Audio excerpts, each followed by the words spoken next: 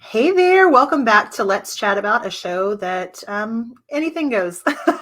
So today I am joined by my friend, Britt Chemla Jones, and she is an amazing woman. She's been teaching yoga and meditation for over 20 years, and she's also a certified level 4 Reiki Master Teacher in the Usui-Tibetan Tradition. Through yoga and meditation, she helps her clients achieve a pain-free body, sign me up, and a peaceful mind. She weaves together movement, stillness, energy healing, and balancing the chakras. And in doing so, she empowers her clients to finally and unapologetically make time for their health, well-being, and spiritual journey. Welcome, Britt. Hey, thanks, Megan. I'm so happy to be here. I'm thrilled to have you here. Thank you. It's awesome. So we met a while ago in a networking group that we were both in, and we know a lot of the same people. And we just hit it off because I just love what you do with your clients, and just by being in the room with people, you offer such a beautiful grounding presence. And I'm wondering if you'd share a little bit of your journey with us and how you got to be here. Oh, goodness. Okay. In a nutshell. So I was born, no. But it started when I was a child. So my father was a quite famous karate teacher, master, and he had a dojo, and there were yoga classes at the dojo. And so I was exposed to yoga from childhood, and my aunt used to do sun salutations in her living room. So I was exposed to yoga from early on. I started practicing when I was in college, mostly just for stress relief because I was a stressed out college student. And my second yoga class, I had an energetic experience right in the middle of yoga class. It was a mixed levels class. So I was a brand new beginner, but there were some more advanced people in the class. And the teacher had everybody chant the sound which I did not do because I didn't know what it was. It was kind of weird. So I was just kind of sitting there listening to everybody chanting And I instantly started feeling this spinning sensation and this like vibrating sensation in my whole body.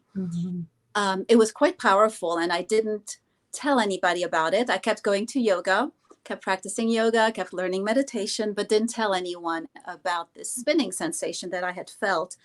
And it kept happening over the years, but that first time was really powerful. And then fast forward 15 years, my parents passed away within just a few months of each other.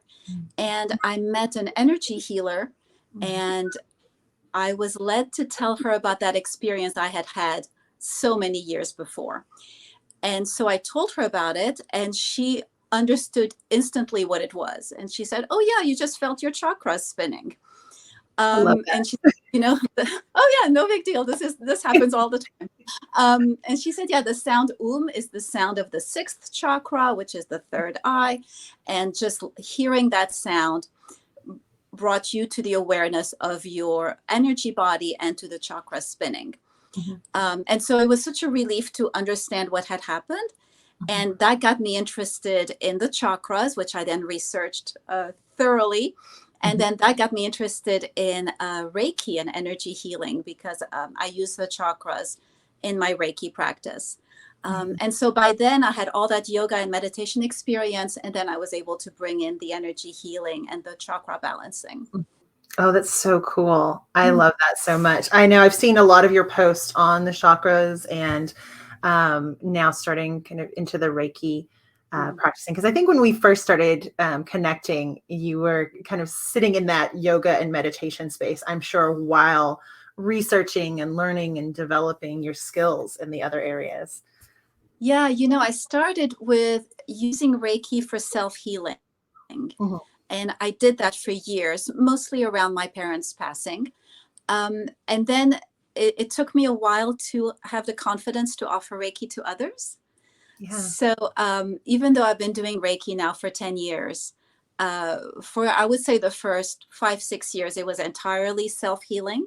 And now I feel much more confident sharing it with others. And I've continued to get more and more certifications. So now I'm very confident in my Reiki abilities. Nice. Well, you should be. It just radiates from you. And like I said, you just have this beautiful grounding presence. And I'm wondering if you could share some tips with folks about grounding, about kind of coming back home to yourself. Whether that includes, aligning your chakras or some other thoughts that you can share, that'd be awesome. Yeah, so you might notice I'm sitting on a meditation cushion on the floor. I like to stay close to the earth, and that's really grounding in itself. So I rarely sit in chairs. I prefer to sit on the floor or on a cushion. If someone is practicing yoga, any kind of restorative yoga poses where you're lying down on your mat, those are very grounding. Those really help to connect with the earth and connect with the sense of belonging, connecting with the planet, like feeling like we belong here, that we are a child of the earth, and that we are supported and held by Mother Earth. So all of that is staying close to the ground, practicing restorative yoga, going out in nature, going out for walks in nature anywhere that you can, regardless of the weather. Just dress warmly if it's cold and just go outside and connect with nature. But I think mostly it's about just wanting to do it.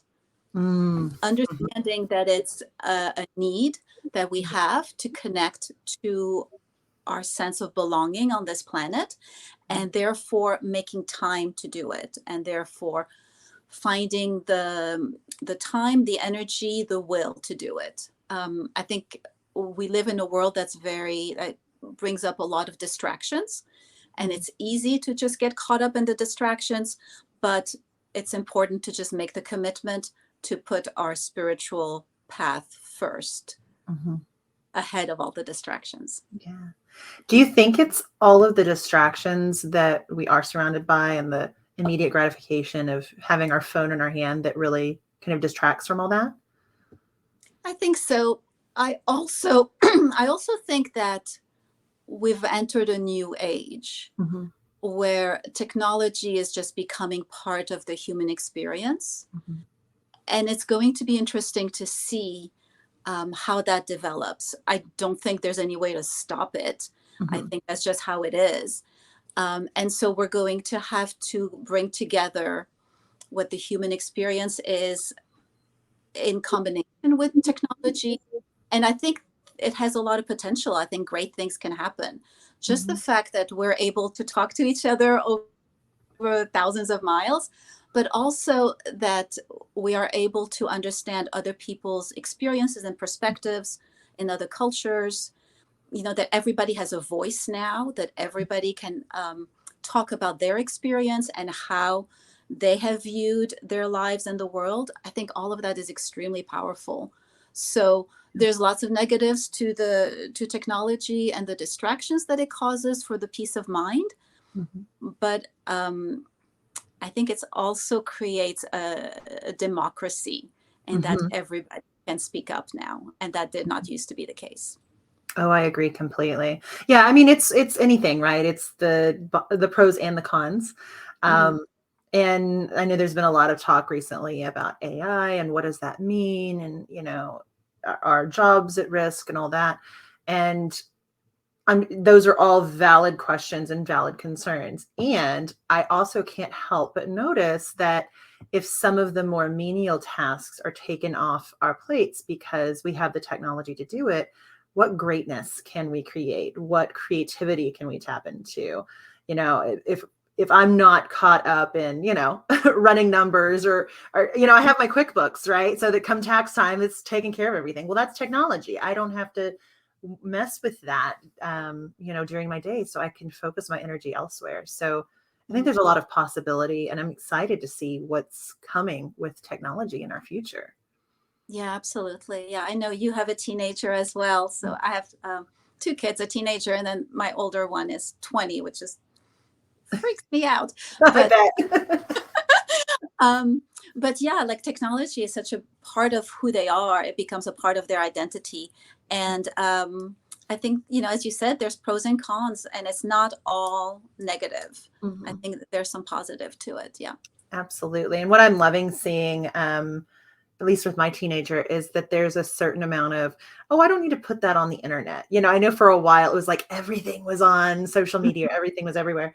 And yeah, this new generation just has, I think, a better understanding of maybe this should be private, maybe this should be done in person. And I can post about my really yummy food on vacation on Instagram. Right. Yeah. Yeah. No, I see that with my sons too, that they're very cautious about what they post and what they don't post. And they enjoy keeping things to themselves. And they also enjoy spending time in nature, which, the cliche is that kids today are always on their phone. I find that's not actually the truth. Yeah, I agree. That they actually really, Yeah. Mm. yeah, they really enjoy being outside, going for a run, skateboarding, whatever. But and they make time for it. So I think it's important to step away from cliches and actually look at what the truth is. Oh, that's an excellent point. Yeah, I find the same thing with my teenager. They'll grab their skateboard and get outside. And and it's like it's the beautiful kind of pull of nature, is that there's always something to do outside, something to do around nature. And I agree, cliches and stereotypes, just they don't serve at all. No. Yeah. No. Not at And all. I think is this going back to the idea of grounding and this human need to just be close to nature and to get the fresh air and to get the sunlight. And I think we all have this intrinsic need and knowledge of this need that we can see in the adults and in the kids. So it's all, I think it's going to be okay. Oh yeah, I think so too. It was funny during the pandemic and everybody was on lockdown. We would, and it's something that we hadn't done before, but we would order a Subway sandwich or something from a local restaurant and go do the contactless delivery or pickup, and then go and spread a blanket out in the park and have a picnic. And I swear, food tastes better outside. I don't know why. We were, it was good timing in that just before the pandemic, we redid our whole outdoor patio. It was kind of crummy, and then we kind of like fixed it up, and it was really nice. And so when the pandemic hit, I was able to just sit outside, breakfast, lunch, dinner, and just like be outdoors most of the day. I would bring my iPad out there and all my files and, just do my work outside. And it was just, it was really healing to just be able to be outside. Yeah. Oh, I agree. I just cleared off. Well, today it's very chilly here. It's in the 50s for Dallas. That's pretty chilly. Okay. But hold on. It's in the 50s here too. And we think it's really warm. I understand. Well, we were 93 2 days ago, so we're in this swing. But I cleared off my patio and fixed my umbrella and all that, so I can't wait to get out there again. Because you're right, like working outside or reading outside, I did that so much during the pandemic, and it was really a nice way to get out and connect with nature and just kind of release some of that stress and that just like pent up energy. Yeah, absolutely. Yeah. Well, do you have any final tips or thoughts that you'd like to share with folks? I think on the spot. You can also, so there are 7 main chakras, and each chakra they all have their own purpose, and they work like the organs of the energy body. So just like the lungs have a purpose and the heart has a purpose, the different chakras have different purposes. And they each have their own color. And so I'm just noticing from the screen, I didn't realize this morning, but I'm wearing red. And so red is the color of the root chakra, which is the chakra of grounding. So it's so funny that's what the conversation gravitates towards. But I think a simple way to connect to your chakras is just to pay attention to the colors that you wear or the colors that you gravitate towards. It doesn't have to be this like deep spiritual thing. It can just be a simple part of your life. And connecting to the colors that you gravitate towards kind of like lets you know which chakra you are either which chakra needs a little attention right now or which chakra you just feel really comfortable with right now. So red or black is for the root chakra, which is about grounding and belonging and feeling safe. Orange is the sacral chakra, which is about creativity and being in the flow of the universe. Yellow is the solar plexus chakra for confidence and personal power and manifesting. Green and pink are for the heart chakra, which is all about self-love, self-compassion, patience. Blue, all kinds of beautiful blue colors are for the throat chakra, which is for being an expressive being and speaking your truth, being authentically yourself.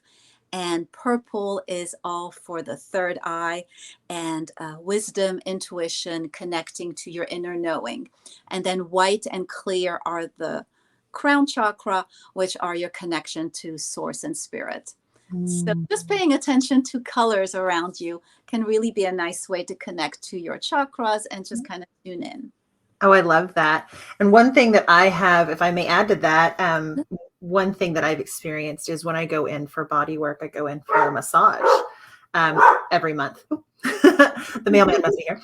And I can actually feel those parts of my body, those different chakras being activated. So, for me, it feels a little bit like a little swirl, or it feels like a pulsating feeling. Yeah. And that's just a fun way, like in the moment, if you feel that, pay attention to it. So yeah, exactly. Don't ignore it. Don't spend 15 years like I did of saying, oh, that was interesting and not tell anybody about it. Right. Yeah. And I would almost guarantee that your massage therapist or your body worker would know what was going on and help you out with that for sure. Yeah, absolutely. Yeah, that's awesome. Yeah. Well, I've put your website here, and I will have all your links in the caption for the video, but tell folks how they can get in touch with you and maybe learn more about the chakras and energy work. Sure. So my website's a great place to start. I'm also on Facebook, Instagram, and TikTok. And I have a year-long or 6-month or year-long program called the Peaceful Entrepreneur, which I love to work with entrepreneurs and look at the way that we can clear energy in your life and in your business. And we do that by blending together yoga, meditation, and Reiki energy healing. And I also pull oracle cards and runes. And so it's a way to address physical pain that a lot of entrepreneurs feel by sitting all day and being at their computer all day. So kind of clearing that, starting the energy moving with some very curated yoga, and then meditation to calm the mind so that we don't fall into overwhelm or that's those swirling thoughts that just won't stop. And then the Reiki to clear energy blocks, specifically blocks around making money or feeling safe to show up authentically and be visible. Then I always like to bring in oracle cards and runes to kind of get guidance from source. So I bring it all together. So if you look on my website, you'll see information about the Peaceful Entrepreneur Program. And I just love working with clients one-on-one. And we do everything through Zoom. So it's very easy, very straightforward. And that's what I love to do. I love it. And it's so obvious that you love to do it. And it's a beautiful blend of all those different modalities to support those entrepreneurs. So yeah. Awesome. Well, thank you so much again for being on the show. I am so excited that people got to hear from you today. Great. Thanks, Megan. Thank you so much for inviting me. Of course.